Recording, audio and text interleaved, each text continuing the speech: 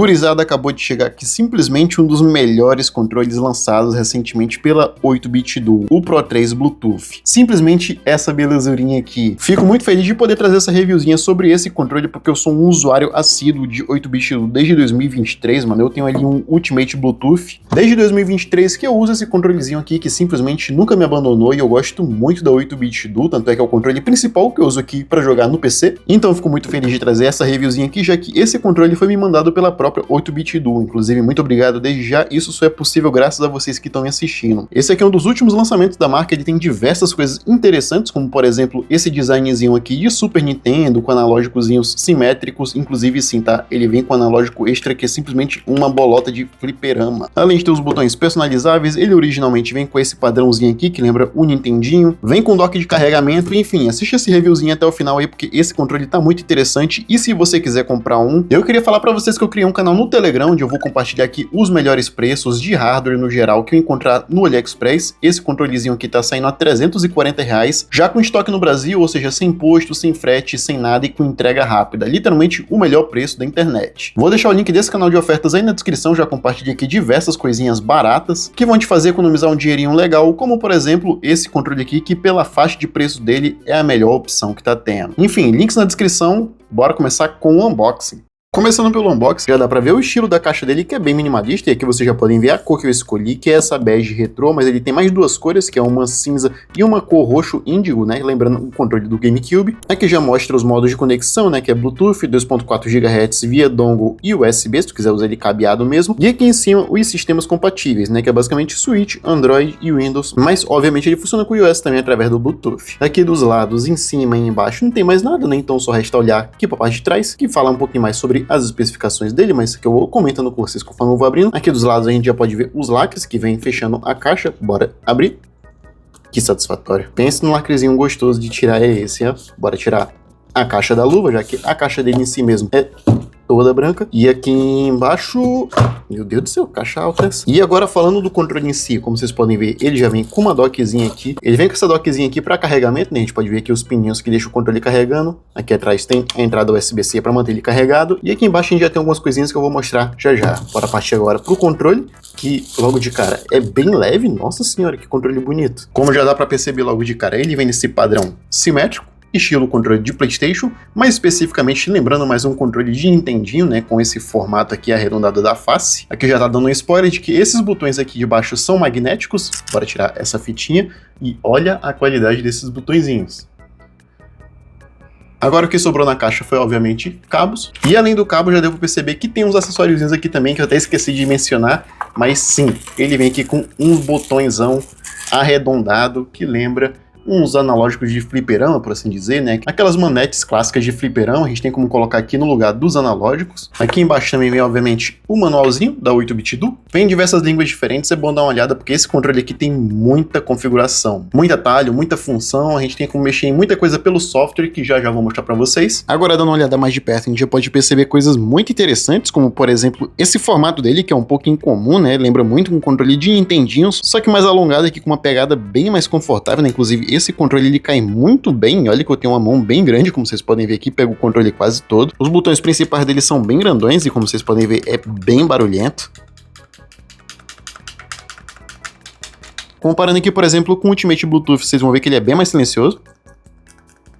Mas isso é por um bom motivo, já que basicamente aqui na dock de carregamento, olhando aqui na parte de baixo, a gente tem aqui alguns acessórios, né? E um deles, além de, claro, ser o clássico dongle USB-C. Sim, tá? Você não ouviu errado. Dessa vez o dongle aqui da 8-bit Duo é USB-C. Então, se você quiser, você pode usar ele diretamente no seu próprio celular. E se for usar diretamente no PC, você vai precisar de um adaptador, ou não, né? Já que é só você deixar ele aqui mesmo no lugar onde ele veio e conectar aqui o USB-C. E no seu computador conectar aqui o outro lado do cabo, já que ele é USB-C de um lado e USB-A de outro. Mas o que interessa mesmo não é nem isso aqui, e sim o que tá de trás da tampa, que são simplesmente botões extras e o removedor, claro. Ele vem com esses botõezinhos coloridos para você personalizar o seu controle como quiser, mas isso tem um custo que é simplesmente esse pouquinho de barulho a mais que os botões fazem por não serem totalmente fixos e sim presos por ímã. Isso aqui veio junto com os botões e o dongle, né, é uma ventosinha com um ímã na ponta, onde tu pode arrancar os botões facilmente, e é basicamente assim, tu consegue alterar o layout dos botões, alternando entre o layout Xbox e o layout Nintendo. No caso da Nintendo, aquele que veio anteriormente, onde o B aqui embaixo, o X aqui em cima é todo invertido, né, só que como eu vou vou usar ele mais para jogar no PC, já coloquei aqui o padrão Xbox, mas vale lembrar que ele vem aqui com os botões coloridos sem letra nenhuma para você deixar do padrão que você quiser e das cores que você preferir. Coloridinho assim ele fica mais parecido com o controle do Nintendinho, eu preferi assim, vou deixar assim mesmo. Debaixo desses botõezinhos aqui a gente tem uma membrana bem macia, tá? Não é clicável, por mais que ele faça um barulhinho mais agudo. Eles não descem tanto quanto eu gostaria, mas descem o suficiente para tu sentir que clicou. Ele não afunda tanto na carcaça, a viagem dele é um pouco curta. Debaixo deles a gente tem aqui o que seria o botão Home da 8-bit Duo, né? Pra gente poder ligar o controle, parear e esse tipo de coisa. E debaixo desse botão a gente tem aqui os analógicos dele que são TMR e não Hall Effect. E esse TMR da 8-bit Duo é um TMR que apresenta mais qualidade que um Hall Effect padrão. Eles são uma evolução do analógico Hall Effect padrão, né? Eles apresentam a mesma capacidade de ser anti-drift, porém com muito mais precisão e durabilidade. Ele também tem um anelzinho de deslize aqui em volta do analógico que permite você girar ele sem sentir o analógico roçando no plástico do controle, né? Ou seja, dá uma suavidade muito mais absurda. Eles têm ali 3R3 padrão, né? Inclusive falando neles,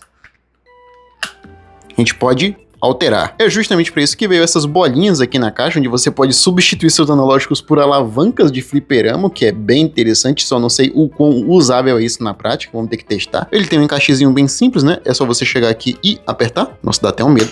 Pronto, apertou, encaixou, fica bem mais alto. Nossa senhora, mano, é muito estranho usar isso aqui. Essa aqui é a aparência do controle com os analógicos e o botão trocado, fica bem diferenciado, mas não sei o quão utilizável é isso na prática. Ele pode até te oferecer um pouco mais de precisão, já que ele é um analógico bem maior, né? Porém, ele pode acabar escorregando o teu dedo com muita facilidade, já que ele é bem liso. Vou voltar para o analógico padrão, inclusive dá até um medo de tirar ele do controle, porque é bem durinho, tá? Essas travinhas aqui. Vale lembrar que os analógicos também vêm com um anelzinho de metal aqui, né? Para ajudar no deslize com o anelzinho de plástico que tem aqui na carcaça. Ou seja, fica bem suave. E aqui passando pro outro lado a gente tem o D-pad junto com esse outro botãozinho aqui, né? Que eu não sei o que faz ainda, logo logo descobriremos. E esse D-pad é bem diferenciado, primeira vez que eu vejo esse padrão de D-pad aqui. O meu veio aqui com algumas linhas analógicas, que eu vou confessar, estranhei, porque eu não vou mentir pra vocês, né? Eu já vi alguns videozinhos desse controle. Pelo que eu vi, quando esse controle lançou, ele tinha o mesmo D-pad dos seus outros irmãos. No caso, esse outro D-padzinho aqui com uma cruzinha, né? No caso aqui com umas setinhas na ponta, ao invés desses risquinhos aqui. Eu não sei se eu achei melhor, se eu achei pior, só que ficou meio diferente, né? Eu não tava esperando por isso. Tu sente um cliquezinho tátil bem gostoso vindo dele, tá? Então ele não é 100% macio como um D-pad de membrana bem borrachudo, que inclusive falando de botão borrachudo, a gente tem esses dois do meio aqui, que são extremamente borrachudos, mano. Para ficar mais fácil de vocês entenderem, eles parecem bastante com os botões Start Select aqui do controle de PlayStation 2, mano. É bem borrachudo e ele segue exatamente essa mesma vibe. Agora falando aqui dos botões de ombro, como vocês podem ver, ele tem aqui dois botões a mais, que no caso é o L4 e o R4, além de, claro, o clássico R1 e L1, que inclusive sim, tá, são de membrana e são bem macios, mano. Tu nem consegue ouvir barulho e são bem borrachudos. O que já não se pode ser dito do L4 e do R4, que tem aqueles micro switches que lembram um cliquezinho de um mouse. E quanto ao L2 e R2, aqui a gente tem gatilhos com a tecnologia Hall Effect, ou seja, gatilhos que também nunca vão dar problema, já que ele não tem desgaste mecânico, e sim é tudo por ímãs. Do lado dos gatilhos tem aqui dois switchzinhos, onde tu puxa pro lado, e agora teu controle é digital, sim, ele imita um cliquezinho, o que aumenta bastante a responsividade dele se tu for jogar algum FPS, já que aqui os gatilhos tem um clique instantâneo, né, tu não tem que descer até o fundo para poder ativar o botão, mas se tu for jogar algum jogo de corrida, tu pode simplesmente botar o switchzinho pro lado, e agora tu tem toda a viagem para fazer. Inclusive, é um controle que no geral cai muito bem na mão, inclusive ele tem um botãozinho aqui embaixo que também fica perfeitamente debaixo do seu dedo. Aqui a gente tem o botão PR e PL, que assim como o L4 e R4 são botões que a gente pode configurar pelo software dele. Sim, no PC a gente pode colocar funções aqui, o que permite você brincar bastante com as possibilidades, já que aqui tu pode colocar a função do botão A, do botão B, do botão Y, do botão X, e assim poder jogar livremente sem precisar tirar o dedo do analógico, já que todas as funções desses botões aqui estão nos outros botões aqui de baixo e daqui de cima, né? Que é muito bom para quem quiser jogar um FPSzinho mais casual. Por que eu falo casual? Por causa do polling rate desse controle que não é tão alto, infelizmente. A única coisa ruim que eu encontrei nesse controle foi literalmente isso. Se esse controlezinho aqui tivesse 1000 Hz de polling rate seria perfeito, mas esse controle tem apenas 250 Hz de polling rate. Ou seja, muito bom para quem planeja jogar apenas jogos casuais, né? No PC ou então no celular, no Nintendo Switch, esse tipo de coisa, né? Agora, para competitivo, ele vai deixar um pouco a desejar por causa dos polling rates dele. Mas enfim, falando aqui da construção dele agora, esse aqui é um controle bem sólido, tá? Se fácil tu pegar ele aqui e tentar torcer ele na tua mão, tu não sente esse controle mexer, tu não sente esse controle fazer barulho nenhum, é bem sólido mesmo a construção dele. Na minha opinião, o que é mais da hora desse controle é que apesar dele ser tecnicamente pequeno, né, ele não é um controle tão grandão, por exemplo, como aquele ali que imita um modelo de Xbox, dentro dele tem uma bateria de 1000 mAh, que garante umas 20 horas de gameplay, porém, mano, na prática esse controle nunca vai descarregar se tu sempre coloca ele na dock. Aquele controle ele mesmo nunca chegou a descarregar na minha mão, mano, já que sempre que eu termino de usar, eu deixo ele na dock, então nunca descarregou na minha mão esse controle em 3 anos. Inclusive aqui na parte de trás ele tem aqui uma texturinha, né, ela não é emborrachada, mas já é uma texturinha que permite dar uma pegada melhor no controle. Inclusive aqui debaixo dos pininhos de conexão da dock para carregamento, a gente tem aqui a chavinha de seleção de conexão dele. Aqui tu escolhe se tu quer a conexão por Bluetooth ou então a conexão por 2.4 GHz, que no caso é a da dock. Dock não, no caso a do dongle que tá na dock. Para conectar ele no PC é bem simples, né? Só conectar aqui a dock no PC, no caso porque o meu dongle tá aqui dentro. Do jeito que ele tá aqui, se eu colocar, ele já vai começar a carregar o controle. Acende até um LED ali debaixo dele. E se eu tirar ele da dock, ele simplesmente vai conectar aqui no PC. Pronto, já conectou, deu uma vibradinha e agora apertando aqui o botão Home, ele já abriu a minha Steam. Aqui agora no PC, para você poder configurar o seu controle, você vai precisar vir aqui no site da 8BitDo, vir aqui na aba de suporte e escolher aqui Ultimate Software e aqui você escolhe a versão do seu controle. No caso a minha é a Pro 3 Bluetooth, vou escolher ela, baixar e instala. No meu caso já instalei e ele já está aqui conectado. Aqui logo de cara, depois que tu abrir o programa pela primeira vez, ele já te dá a opção de tu configurar para Switch, para Windows ou atualizar o firmware. Sempre mantenha o firmware do seu controle atualizado. Vou clicar aqui em Windows para a gente ver as possibilidades que ele oferece pra gente. Create a new profile, vamos aqui criar um profile novo. No caso aqui, clicando no perfil 1, que foi o que eu criei, eu posso fazer toda a minha configuração, remapear o controle inteiro. Se eu quiser colocar o ABXY aqui nas setinhas eu posso, se eu quiser mudar os analógicos eu posso. É nessa parte onde a gente pode configurar aqui os botões traseiros que vem no controle, né? No caso tanto os que estão aqui atrás quanto os que estão em cima. É bem simples, se eu quiser colocar aqui, por exemplo, a função do botão A no botão aqui de trás, é só vir aqui no botão Back, e aqui eu escolho qual que é o botão que eu quero configurar. No caso, quero configurar aqui o PR, e aqui eu escolho a função que eu quero, que no caso é a A.